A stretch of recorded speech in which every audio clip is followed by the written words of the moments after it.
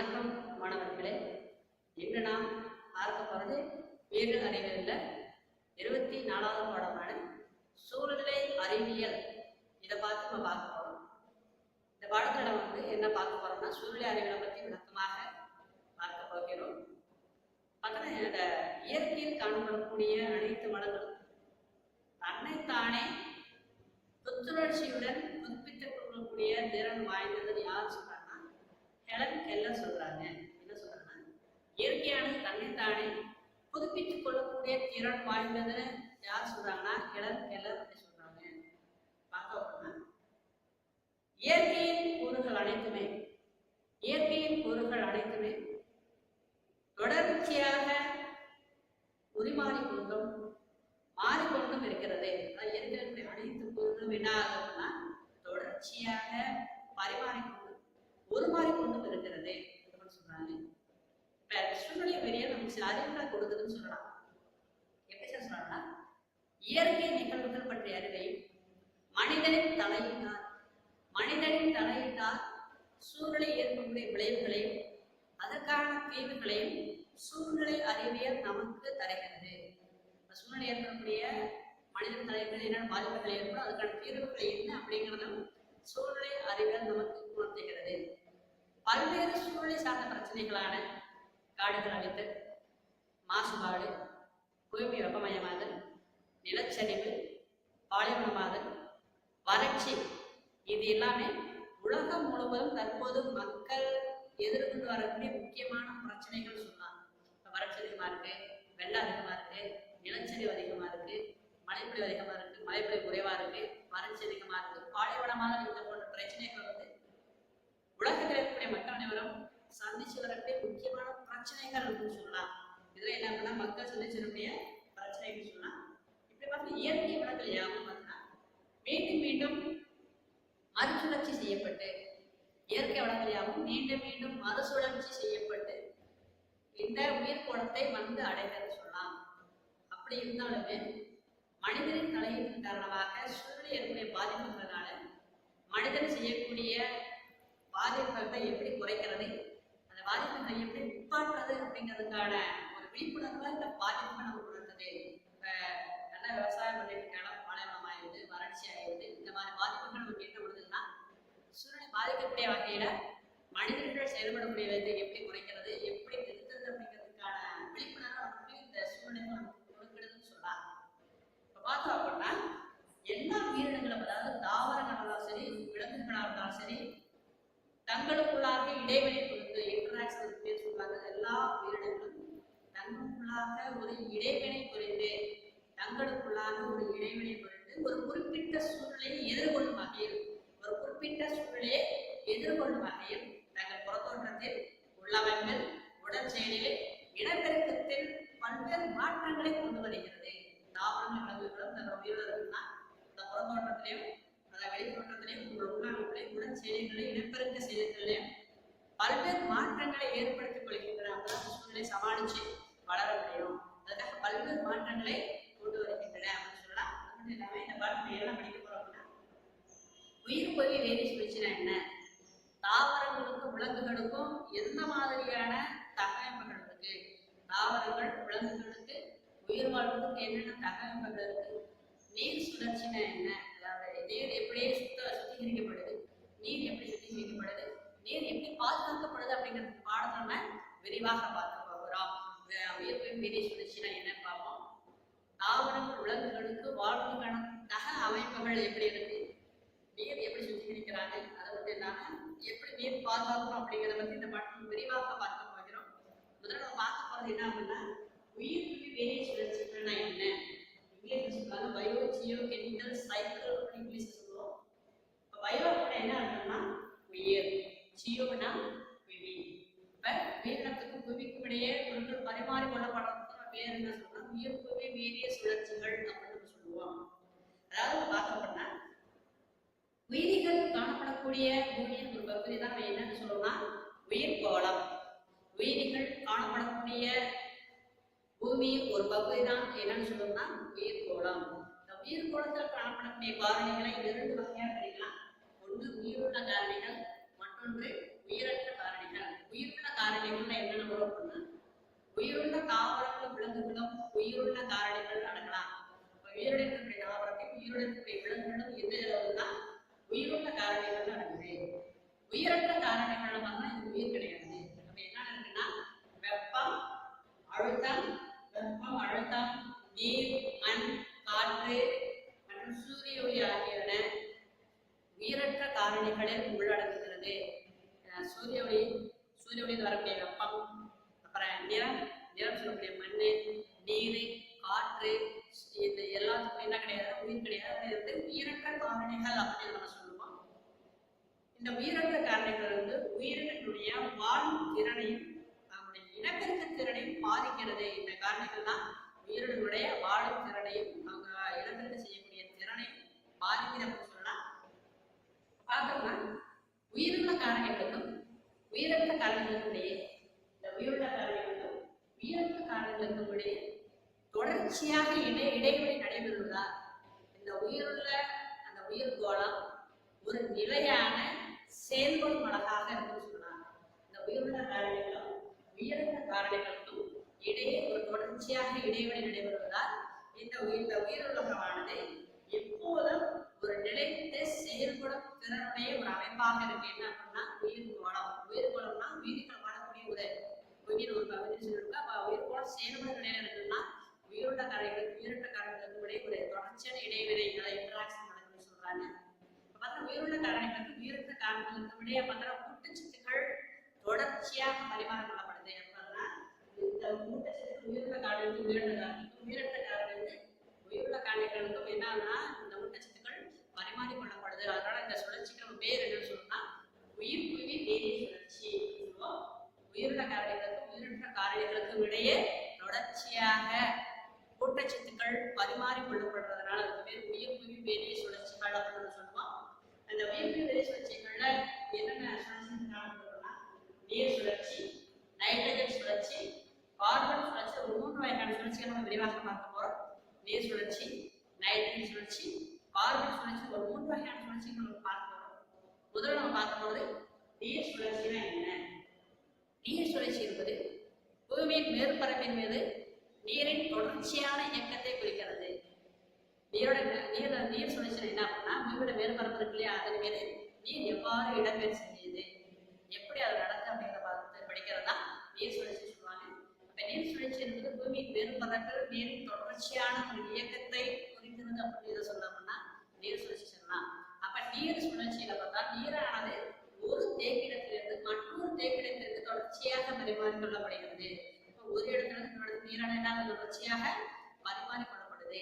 இப்படி ஒரு தேக்கிடத்திலிருந்து மற்றொரு தேக்கிடத்திற்கு பரிமாறிக்கொள்ளப்படுறது பல்வேறு இயற்பியல் நிகழ்வுகள் நடக்கும். என்னன்னா நீராவி சொல்லக்கூடிய நீர் ஆவியாதல், பதங்கமாதல், நீராவி போக்கு, ஒளிர்வித்தல், மழை பொழிவு, தலைமையில் ஊடுருவல் அல்லது வழிபடுதல், உள் ஊடுருவல், இந்த நிகழ்வுகள் நீர் சுழற்சியில் பங்கு வருகின்றன. நீர் ஆவியாதல், நீராவி போக்கு, பதங்கமாதல், மழைப்பொழிவு, தரைமேல வழிந்தோடுதல், தரைமேல் ஊடுருவதல், உள் ஊடுருவதல் போன்ற பல்வேறு இயற்பியல் நிலைகளை நீர் சுழற்சி கொண்டுள்ளது. பார்த்தோம் அப்படின்னா பல்வேறு நிலைகள்ல இருப்பு நிலைகள்ல வந்து நீர் சுழற்சி நடைபெறும் பொழுது நீரானது 3 நிலைகள்ல காணப்படுது. 3 இயற்பியல் நிலைகள்ல காணப்படுது. ஒன்று என்னன்னு சொல்றா திடநிலை, திரவ நிலை, வாயு நிலை. நீர் சுழற்சியில பார்த்தோன்னா நீரோட 3 நிலைகள்ல காணப்படுது. திடநிலையில இருந்தா அது பனி பெய்யணும், திரவ நிலையில இருந்தா அது நீரும், வாயு நிலையில இருந்தா அது நீராவின்னு சொல்லக்கூடிய 3 நிலைகள்ல நீரானது காணப்படுகிறது. முதல்ல பார்க்க போறது நீராவி பங்கு சொல்லக்கூடிய நீர் ஆவியாதல் என்ன? இந்த நீராவி பங்கு சொல்லக்கூடிய என்ன அப்படின்னா இது ஒரு ஆவியாதலின் ஒரு வகை. என்னன்னு சொல்லுன்னா ஆவியாதலின் ஒரு வகைன்னு சொல்லப்படும் நீர் ஆவியாதல். அதாவது என்னன்னு சொல்றாங்க அப்படின்னா, அதாவது இந்த நீர் ஆவியாதல்ல பார்த்தோம்னா நீரானது கொதிநிலை அடைவதற்கு முன்பாகவே நீரானது ஆவியாக வெளியேற்றப்படுவதுதான் என்னன்னு சொன்னா நீர் ஆவியாதல். பார்த்தா பூமியின் மேற்பரப்பில் உள்ள நீர்ப்பரப்பு ஆறுகள், ஏரிகள், குளங்கள், குட்டைகள், கால்வாய்கள், வாய்க்கால்கள், கனிமகங்கள், கடல்கள், இந்த மாதிரி பூமியின் மேற்பரப்பில் உள்ள நீரானது கொதிநிலை அடைவதற்கு முன்பாக அந்த மேற்பரப்பில் உள்ள நீரானது ஆவியாகி வளிமண்டலத்துக்கு சென்னா அதுதான் வேற நீர் ஆவியாதல் சொல்லுவாங்க. இரண்டாவது வழிமுறை என்னன்னா பதங்கமாதல். பதங்கமாதல் என்பது திடநிலையில ஒரு பொருள் திரவநிலைக்கு மாறாமல் நேரடியாக வாயுநிலைக்கு மாறுவது பதங்கமாதல் சொல்லுவாங்க. அதாவது திடநிலையில் இருக்க ஒரு பொருள் வந்து அடுத்த திரவநிலைக்கு மாறாம நேரடியாக வாயுநிலைக்கு மாறுவது என்னன்னு சொல்லணும்னா பதங்கமாதல் அப்படின்னு சொல்லுவாங்க. உதாரணத்திற்கு உயரமான மலைகள் இருக்கு, பனிமலைகள் இருக்கு. உயரமான இடங்களோட பனிமலைகள், பனிப்பாறைகள் இருக்கக்கூடிய இந்த பனிக்கட்டைகள் பார்த்தோம்னா திடநிலையிலிருந்து நேரடியாக வாயு நிலைக்கு மாறி வளிமண்டலத்தில் சென்று விடுகிறது. இப்போ பார்த்தோன்னா உயர்ந்த பகுதிகள் இருக்கக்கூடிய பனிக்கட்டிகள், பனிப்பாறைகள் வந்து தனியாக வழிந்து விடாம அங்கே இருக்கக்கூடிய இந்த பனிக்கட்டிகள் இருக்கக்கூடிய நீர் என்ன ஒன்று நேரட்டா ஆவியாக வெளியிடப்படுறதுனால இதுக்கு நீர் என்னன்னு சொல்லுவாங்கன்னா பதங்கமாதல். இப்போ வடதுருவ தென்துருவில் முக்காவாசி என்ன இருக்குன்னா பனிப்பாறைகள் பனிமுகடங்கள் தான் இருக்கு. அது இப்படி நீர் என்ன ஆகும் அப்படின்னா பனிக்கட்டிகள் நீராக மாறாம ஆவியாக வெளியிட்டு விடப்படுகிறது. அதனால இது பேரு பதங்கமாதல். ஒரு பேர் சொல்லுவாங்க பதங்கமாதல் சொல்லுவாங்க. அடுத்து பார்க்க போறது நீராவி போக்குனா என்ன. தாவரங்களினுடைய தலைமையின் பாகங்களான இலைகள் தண்டுகளில் காணப்படக்கூடிய சிறிய துளைகளுக்கு பேர் இலை துளைகள் சொல்லுவோம். அந்த இலை துளைகள் வழியாக நீரானது தாவர உடலிலிருந்து ஆவியாக மாறி வளிமண்டலத்தில் வெளிவிடக்கூடிய நிகழ்வுதான் நீராவி போக்கு சொல்லுவோம். அந்த தாவரங்கள் உடலில் காணப்படக்கூடிய அதிகப்படியான நீரானது தண்டுகளிலும் இலைகளிலும் காணப்படும் இடைத்துளை பட்டை துளை வழியாக நீரானது ஆவியாக மாறி வளிமண்டலத்தில் வெளியிடக்கூடிய நிகழ்வுக்கு தான் அந்த பேர் என்னன்னு சொன்னா நீராவி போக்கு அப்படின்னு பேர் சொல்லுவோம். அடுத்து என்னன்னா குளிர்வித்தல். குளிர்வித்தல் என்பது என்ன அப்படின்னா நீராவியாக உள்ள நீரை வாயு நிலைக்கு மாற்றுவதுதான் என்னன்னு சொல்லணும்னா குளிர்வித்தல். அதாவது இந்த நீராவியாக இருக்கக்கூடிய நீரை குளிர்விப்பதன் மூலமாக வாயு நிலைக்கு மாற்றிடுவோம். இதுதான் பேர் என்ன சொன்னா குளிர்வித்தல். உதாரணத்துக்கு பார்த்தா உயர்ந்த மலைப்பகுதிகளில் வெப்பநிலை குறைவாக இருப்பதன் காரணமாக அங்க இருக்கக்கூடிய நீராவியானது வாயு நிலைக்கு மாற்றப்பட்டு சிறிய நீர்த்துளிகளாக மாற்றப்படுகிறது. இந்த சிறிய நீர்த்துளைகள் பார்த்தோம்னா குளிர்ந்த காற்று படும் பொழுது பனித்துளியாகவும் மழை துளியாகவும் அல்லது மேகக்கூட்டங்களாகவும் மாறிடும். இப்ப குளிர்ந்த காற்றானது ஆவியின் மீது படும் பொழுது அதுதான் பார்த்தா மேகக்கூட்டங்களாகவும் பனிக்கூட்டங்களாகவும் மாறிவிடுகிறது. இதை நம்ம என்னன்னு சொல்லுவோம்னா குளிர்வித்தல். இதை நம்ம என்னன்னு சொல்லுவோம் குளிர்வித்தல். அடுத்து என்ன இருக்குன்னா மழை பொழிதல். ஏற்கனவே சொன்ன மாதிரி உயர்ந்தமான மலைப்பகுதிகளிலேயோ அது உயரம் அதிகமாக உள்ள பகுதிகளிலேயோ குளிர்ந்த காற்று வீசும் பொழுது அந்த சிறிய நீர்த்துளைகள் பெரிய நீர்த்துளிகளாக மாறி மழையாக பொழிகிறது. அது சிறிய நீர்த்துளிகளை குளிர்ந்த காற்று பட்ட உடனே என்ன ஆகும்னா அந்த சிறிய நீர்த்துளிகள் பெரிய நீர்த்துளிகளாக மாறி மழையாக பொழிகின்றது. மழை பொழிவு. இந்த மழை பொழிவு பல்வேறு வகைகள் இருக்கு. தூரல் போடுறது இருக்கு, தூரல் மழை, பனி பொழிவு, ஆலங்கட்டி மழை. இந்த மாதிரி பல்வேறு வகைகள் என்ன இருக்குன்னா மழை பொழிவு இருக்கு. அடுத்து பார்க்கறது என்ன அப்படின்னா தாரிலே மழையோட மழை பெஞ்சு மழை பொழிவுக்கு பின் புவியின் மேற்பரப்பில் தண்ணி ஓடக்கூடிய நிலைக்கு என்னன்னு சொல்லுவோம்னா வழித்தோடும் நீர். மழை பெய்யுது, தரை மேல படுது, பட்ட உடனே தண்ணி நாம வலிச்சு ஓடுதான். அதுதான் அந்த பேர் என்னன்னு சொன்னா வழிந்தோடும் நீர். இப்படி வழிந்தோடக்கூடிய நீர்கள் பார்த்தீங்கன்னா ஒன்றாக சேர்ந்து கால்வாய்களாகவும் வால்கால்களாகவும் ஏரிகளாகவும் குட்டைகளாகவும் ஆறுகளாகவும் ஓடைகளாகவும் இறுதியில் கடல்கள் பெருங்கடலினை அந்த நீரானது சென்றடைகிறது. இதுதான் நம்ம என்னன்னு சொன்னா வழிந்தோடும் நீர். வழிந்தோடும் நீர். அடுத்து நம்ம பார்க்கப்படுது ஊடுருவல்னா என்ன. மழை பெய்யும் பொழுது குறிப்பிட்ட அளவு நீர் என்ன ஆகும் அப்படின்னா மண்ணிற்குள் ஊடுருவி நிலத்தடி நீரை உயர்த்துகிறது. மழை பெய்யறப்ப குறிப்பிட்ட நீர் வளர்ந்து ஓடிடும். மீதற்கு தண்ணி என்ன ஆகும்னா மண்ணின் சிறிய துளைகளியாக ஊடுருவி நிலத்தடி நீர் அளவை உயர்த்துகிறது. இதான என்னன்னு சொன்னா ஊடுருவுதல். அடுத்து உள் வழிந்தோடல் என்ன ஆகும்னா உள் வழிந்தோடல்னா மழை பெய்யும் பொழுது குறிப்பிட்ட அளவு நீர் மண்ணில் காணப்படக்கூடிய சிறிய துளைகள் வழியாகவும் உடைந்த பாறைகள் வழியாகவும் நிலத்தடி நீராக போய் சேர்கிறது. இதுதான் நம்ம என்னன்னு சொல்லணும்னா உள் வழிந்தோடல். மழை பெய்யும் பொழுது குறிப்பிட்ட அளவு நீர் மண்ணினுடைய சிறிய துளைகள் வழியாக உடைந்த பாறைகள் வழியாக கீழ் நோக்கி சென்று உள்ளே நுழைந்து நிலத்தடி நீராக சேருகிறது. சொன்னோம் இல்லையா, இந்த ஊடுருவதற்கும் உள் வழித்தோடலுக்கும் ஏறக்குறைய ஒரே மாதிரி தான் இருக்கும். ஆனா அந்த நீர் நிலத்தடி நீராக சேர்ற வழிமுறை மட்டும் என்ன அப்படின்னா வேறேன்னு சொல்லலாம். இப்ப பார்த்தோம்னா நீர் சுழற்சியில் மனிதன் தாக்கல் இருக்கு. நீர் சுழற்சியில் மனிதன் தாக்கல் இருக்கு அப்படின்னா என்னன்னா நகரமயமாதல் காரணமாகவும் நெகிழிகளால் செய்யப்பட்ட நகரமயமாதல் காரணமாகவும் நெகிழிகளால் செய்யப்பட்ட தேவையில்லாத கழிவுப் பொருட்களை நிலத்தின் மீதும் நீர் சுழல்கள் மீதும் தூக்கி எறியப்படுவதன் காரணமாக சூழ்நிலை சீர்கடைகிறது. நீர் அதாவது என்ன மாறுபடும்னா நீரிலை மாசுபாடு ஏற்படுவதன் காடுகளை அழித்ததன் காரணமாக மனிதர்கள் பல்வேறு பாதிப்புகளை வந்து நீர் சூழ்நிலைக்கு ஏற்படுத்துறாங்க. அந்த நீர் சூழ்நிலைக்கு பல்வேறு பாதிப்புகள் ஏற்படுத்த மனிதனம் ஒரு காரணமாக. நம்ம பார்க்க போறது நைட்ரஜன் சுழற்சி. நம்ம பார்க்க போறீங்கன்னா நைட்ரஜன் சுழற்சி பற்றி பார்க்கிறோம். நைட்ரஜன் என்பது அனைத்து உயிரினங்களுக்கும் தேவையான ஒரு முக்கியமான முதுநிலை ஊட்டச்சத்துன்னு சொல்லலாம். தாவரங்களுக்கும் விலங்குகளுக்கும் தேவையான ஒரு முக்கியமான முதன்மையான ஊட்டச்சத்துன்னு சொல்லலாம். ஏன் அப்படின்னு சொல்லணும்னா இந்த நைட்ரஜனை பயன்படுத்தி நைட்ரஜன் ஊட்டச்சத்தை பயன்படுத்தி பச்சையம் மரபுகள டிஎன்ஏ மற்றும் புரதத்தில் காணப்படக்கூடிய முக்கியமான பகுதி பொருளாக என்ன இருக்குன்னா நைட்ரஜன். அப்ப தாவரத்தில் காணப்படக்கூடிய பச்சையம், தாவர புரதத்தில் காணப்பட மரபுகள டிஎன்ஏ மற்றும் புரதம் ஆகியவற்றில் காணப்படக்கூடிய ஒரு முக்கியமான ஒரு பகுதி பொருள் தான் என்ன அப்படின்னா நைட்ரஜன். வளிமண்டலத்தில் பார்த்தோம்னா கிட்டத்தட்ட 78% என்ன வாயு நிரம்பி இருக்குன்னா நைட்ரஜன் இருக்கு. அப்ப நைட்ரஜன் அதிகமாக காணப்படக்கூடிய மூலம் எது அப்படின்னா வளிமண்டலம். இப்ப வளிமண்டலத்தில் 78% நைட்ரஜனை உள்ளதாக இருக்கிறது. பார்த்தோம்னா வளிமண்டலத்தில் 78% நைட்ரஜன் காணப்பட்டாலும் தாவரங்களோ அல்லது விலங்குகளோ நேரடியாக நைட்ரஜனை பயன்படுத்த முடியாது. அவைகள் அமோனியாவாகவோ அமினோ அமிலங்களாகவோ அல்லது நைட்ரேட்டுகளாகவோ மாற்றப்பட்டால்தான் அவற்றை தாவரங்கள் விலங்குகள் பயன்படுத்த முடியும். தாவரங்களோ விலங்குகளாலோ நைட்ரஜனை தனித்த நைட்ரஜனை வாயுநிலை நைட்ரஜனை நேரடியாக பயன்படுத்த முடியாது. அவை அமோனியாவாகவோ அல்லது அமினோ அமிலங்களாகவோ அல்லது புரதம் அல்லது நைட்ரேட் கூறாகவோ மாற்றப்பட்டால்தான் அவற்றை பயன்படுத்த முடியும்.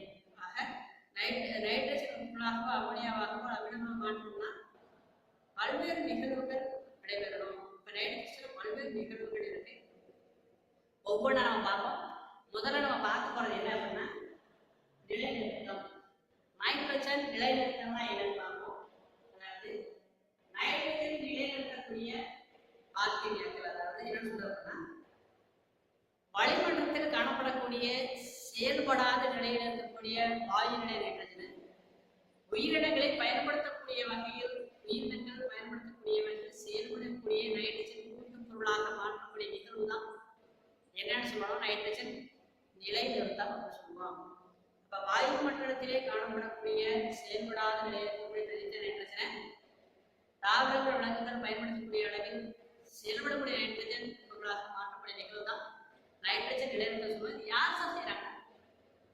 எண்ணற்ற பாக்டீரியாக்களும் எண்ணற்ற நீலப்பசுமாசிகளும் நைட்ரஜன் நிலைநிறுத்துவதில் பங்கேற்கின்றன. உதாரணத்திற்கு பார்த்தோம்னா லெகுமினஸ் குடும்ப தாவரங்களான பட்டாணி, பீன்ஸ் போன்றவை ரைசோபியம் என்ற வேர்மூட்டுகளில் வாழக்கூடிய பாக்டீரியாவோடு கூட்டீடு வாழ்க்கையை நடத்துகிறது. லெகுமினஸ் தாவரங்கள் பீன்ஸ் கேள்விப்பட்ட பட்டாணி கேள்விப்பட்ட இதோட வேர்மூட்டுகளில் ரைசோபியம் என்கிற பாக்டீரியா இருக்கு. அதோட கூட்டீடு வாழ்க்கையாவது நைட்ரஜன் நிலைநிறுத்துகிறது. ஆக ரைசோபியம் என்ற பாக்டீரியாவானது லெகுமினஸ் குடும்ப தாவரங்கள் வேர்மூட்டுகளில் வாழ்ந்து வாயில் நிலைநிறுத்தக்கூடிய நைட்ரஜனை நைட்ரஜன் கூட்டு பொருளாக மாற்றி மண்ணில் நிலைநிறுத்துகிறது. இதுக்கு நம்ம பேர் என்னன்னு சொல்லணும்னா நைட்ரஜன் நிலைநிறுத்தம். இதுக்கு பேர் என்ன சொல்லுவோம்? நைட்ரஜன் நிலைநிறுத்தம் சொல்லுவோம். அடுத்து நம்ம பார்க்க போறது உட்கிரகித்தல் அல்லது தன்மயமாதல். இப்ப நைட்ரஜன் நிலைநிறுத்தம் உருவான நைட்ரஜன் அயனிகளால் தாவரங்கள் உட்கிரகித்து தாவரங்கள் எடுத்துக்கொண்டு பயன்படுத்தி பல்வேறு கரிம பொருட்களான புரதங்கள், போன்றவற்றை உற்பத்தி செய்வதற்கு தாவரங்கள் அவற்றை பயன்படுத்துகிறது. நைட்ரஜன் நிலைநிறுத்த உருவான நைட்ரஜன் கூட்டு பொருட்களை நைட்ரஜன் அயனிகளை தாவரங்கள் எடுத்து பயன்படுத்தி புரதத்தையும் அமில அமிலத்தையும் நீக்குளிக் அமிலத்தையும் உருவாக்குவதற்கு பயன்படுத்துகின்றன. இதுதான் நம்ம என்ன சொல்லணும்னா உட்கிரகித்த அல்லது தன்மையாக சொல்லுவாங்க. இந்த தாவர உண்மைகள் என்ன பண்ணோம்னா தாவரங்கள் உற்பத்தி செய்த புரதத்தையும் நியூக்ளிக் அமிலத்தையும் உணவாக எடுத்துக்கொண்டு அதை விலங்கு புரதமாக மாற்றுகிறது. அடுத்த ஊர்முனைகள் என்ன பண்ணுன்னா அந்த தாவர உண்மைகளை உண்ணும் பொழுது தங்களுக்கு தேவையான புரதத்தை உற்பத்தி செய்வதற்கு நைட்ரஜன் கூட்டு பொருள் பயன்படுத்துகிறது. இப்போ ஊர்முனைகள் தாவர உண்மைகளை சாப்பிடும் பொழுது அது உணவாக எடுத்துக்கொள்ளும் பொழுது தங்களுக்கு தேவையான புரதத்தை உற்பத்தி செய்வதால் உட்கிரகின்ற அல்லது தன்மையமாதல் சொல்லுவாங்க. அடுத்த நிலையில் பார்க்கறது என்ன அப்படின்னா அம்மோனியா வாதல். நைட்ரஜன் கழிவுப் பொருட்களை கெட்டழிக்கக்கூடிய பாக்டீரியாக்கள் மற்றும் பூச்சிகள் ஆகியவை நைட்ரஜன் கழிவுகளை அம்மோனியா சேர்மங்களாக மாற்றக்கூடிய நிகழ்வு தான் அம்மோனியாவாதல் அப்படின்னு சொல்லுவாங்க. அப்ப அம்மோனியாவாதல் என்ன அப்படின்னா நைட்ரஜன் கழிவுப் பொருட்களை கெட்டழிக்கக்கூடிய பாக்டீரியாக்கள் பூச்சிகள் அம்மோனியா சேர்மங்களாக மாற்றக்கூடிய நிகழ்வு தான் என்ன சொல்லணும்னா அம்மோனியாவாதல் அப்படின்னு என்ன சொல்லணும்னா அம்மோனியாவாதல் சொல்லுவாங்க. விலங்கு பொருட்கள் மூன்று வகையான கழிவுப்பொருளாக வெளியேற்றப்படுது. அது என்ன அப்படின்னா யூரியா, யூரிக் அமிலம், அம்மோனியா போன்ற கழிவுப் பொருளாக வெளியேற்றப்படுகிறது. பார்த்தோம்னா இந்த கெட்டழிக்கக்கூடிய பாக்டீரியாக்களும் பூஞ்சிகளும் விலங்கு புரதங்களையும் இறந்து போன தாவர விலங்கு உடலங்களையும் சிதைவுற செய்து அம்மோனியாவாக வெளியேற்றுகிறது. இதற்கு நம்ம பேர் என்ன சொல்லுவோம்னா அம்மோனியாவாதல் அப்படின்னு சொல்லுவோம். இதில் பார்த்து பல்வேறு வகையான பாக்டீரியாக்களும் பூஞ்சிகளும் இதில் பங்கேற்கிறது. என்னென்ன பண்ணுவாங்க சொல்லுவோம். அடுத்து நம்ம பார்க்கறது நைட்ரேட் ஆதல். அதாவது அம்மோனியாவாதல் மூலமாக உருவான அம்மோனியா சேர்மங்கள் ஆக்சிஜனேற்றம் அப்படிங்கிற செயல்முறையின் மூலமாக கரையக்கூடிய நைட்ரேட் உப்புகளாக மாறக்கூடிய நிகழ்வு தான் என்னன்னா நைட்ரேட் ஆதல் அப்படின்னு சொல்லுவாங்க. இப்போ அம்மோனியாவாதல் நிகழ்வுகளின் மூலமாக உருவான அந்த அம்மோனியா சேர்மங்கள் ஆக்சிஜனேற்றம் அப்படிங்கிற செயல்முறையின் மூலமாக நிகழ்வுகளின் மூலமாக என்ன மாறுதுன்னா கரையக்கூடிய நைட்ரேட் உப்புகளாக மாற்றக்கூடிய நிகழ்வு தான் அந்த நைட்ரேட் ஆதல் சொல்லுவாங்க. இந்த நிகழ்வுக்கு பேர் நைட்ரேட் ஆதல் சொல்லுவாங்க. நைட்ரேட் ஆதல் நிகழ்வுகளில் பங்கேற்கக்கூடிய அந்த பாக்டீரியாக்களுக்கு நைட்ரேட் ஆகும் பாக்டீரியாக்கள் என்று பெயர். இப்போ நைட்ரேட் ஆதல் அப்படிங்கிற நிகழ்வுடன் பங்கு பெறக்கூடிய அந்த பாக்டீரியாக்களுக்கு நைட்ரேட் ஆகும் பாக்டீரியா என்று அழைக்கப்படுகிறது அப்படின்னு சொல்லலாம். அடுத்த நிகழ்வு என்னன்னா நைட்ரேட் ஏற்றம். இப்போ பார்த்தோம்னா நைட்ரஜன் உப்புகள் பார்த்தோம்னா தனித்து வாழக்கூடிய சில பாக்டீரியாக்கள் மூலமாக சில நுண்ணுயிரிகள் மூலமாக நைட்ரேட் உப்புகள் மண்ணில் ஒடுக்கமடைந்து வாயுவின் நைட்ரஜனாக மாற்றப்பட்டு வளிமண்டலத்தில் வெளியிடப்படுகிறது. நம்ம தனித்து வாழக்கூடிய நுண்ணுயிரியான சூடோமோனாஸ் என்ன பண்ணோம்னா இந்த நைட்ரேட்டை மண்ணில் ஒடுக்கமடைந்து வாயுவினை நைட்ரஜனாக மாறி வளிமண்டலத்தில் வெளியேறுது. அதுதான் மண்ணில் தனித்து வாழக்கூடிய சூடோமோனாஸ் பாக்டீரியாக்களுக்கு இது என்ன பண்ணோம்னா அந்த நைட்ரேட் உப்பை ஒடுக்கமடைய வச்சு வாயுவினை நைட்ரஜனாக மாற்றி வளிமண்டலத்துக்கு மறுபடியும் வெளியே அனுப்புது. அதனால சொன்னா நைட்ரேட் வெளியேற்றம் சொல்லுவாங்க. நைட்ரஜன் சுழற்சி பண்பு வரக்கூடிய நிலைகள் என்னென்ன நுண்ணுயிர்கள் இருக்கு அப்படின்னு நம்ம இப்ப பார்க்கிறோம். நைட்ரஜன் நிலைநிறுத்தம் செயல்படக்கூடிய நுண்ணுயிர்கள் பார்க்கிறோம். அசட்டோபாக்டர் அப்படிங்கிறது மண்ணில் வளரக்கூடிய பாக்டீரியா.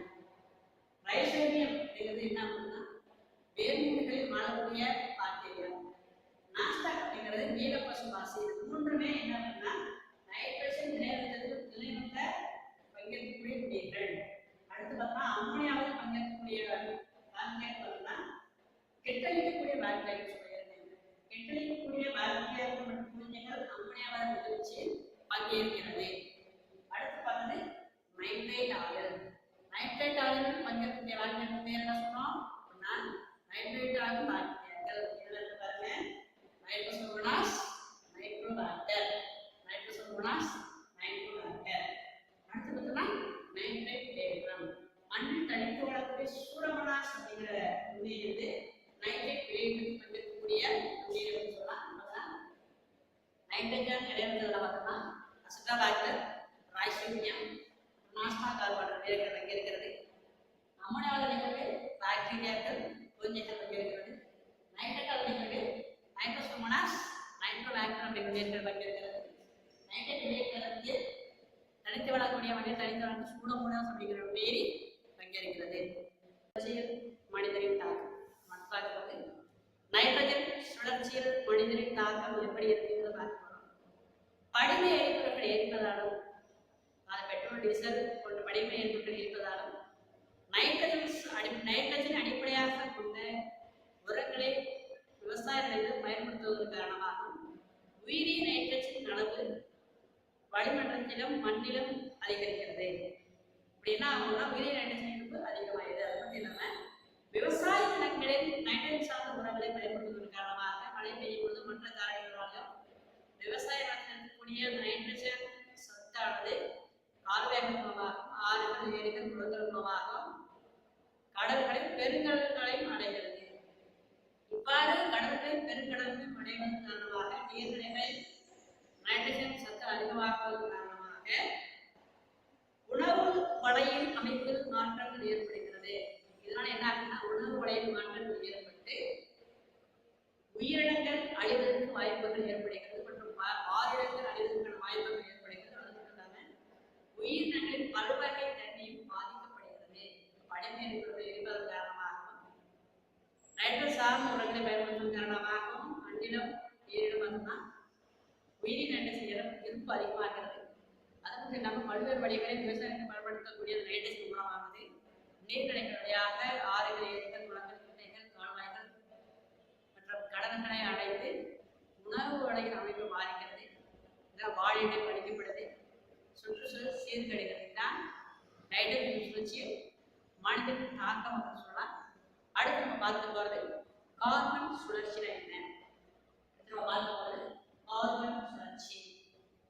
கார்பன் பார்த்தோம்னா பூமியில் பல்வேறு வழிகளில் கிடைக்கிறது. கார்பன் பூமியில பார்த்தோம்னா பல்வேறு வழிகளில் கிடைக்கிறது. கரி, வைரம், கிராஃபைட் போன்ற தனித்த வடிவங்களிலும் carbon monoxide, carbon dioxide, carbonate உப்பு போன்ற கார்பன் கூட்டு பொருட்களாகவும் கிடைக்கிறது. இப்போ கார்பன் இரண்டு வடிவங்கள் நமக்கு கிடைக்கிறது. ஒன்று தனித்த வடிவம், மற்றொன்று கூட்டு வடிவம் சொல்றாங்க. கூட்டு பொருளாக கிடைக்குது.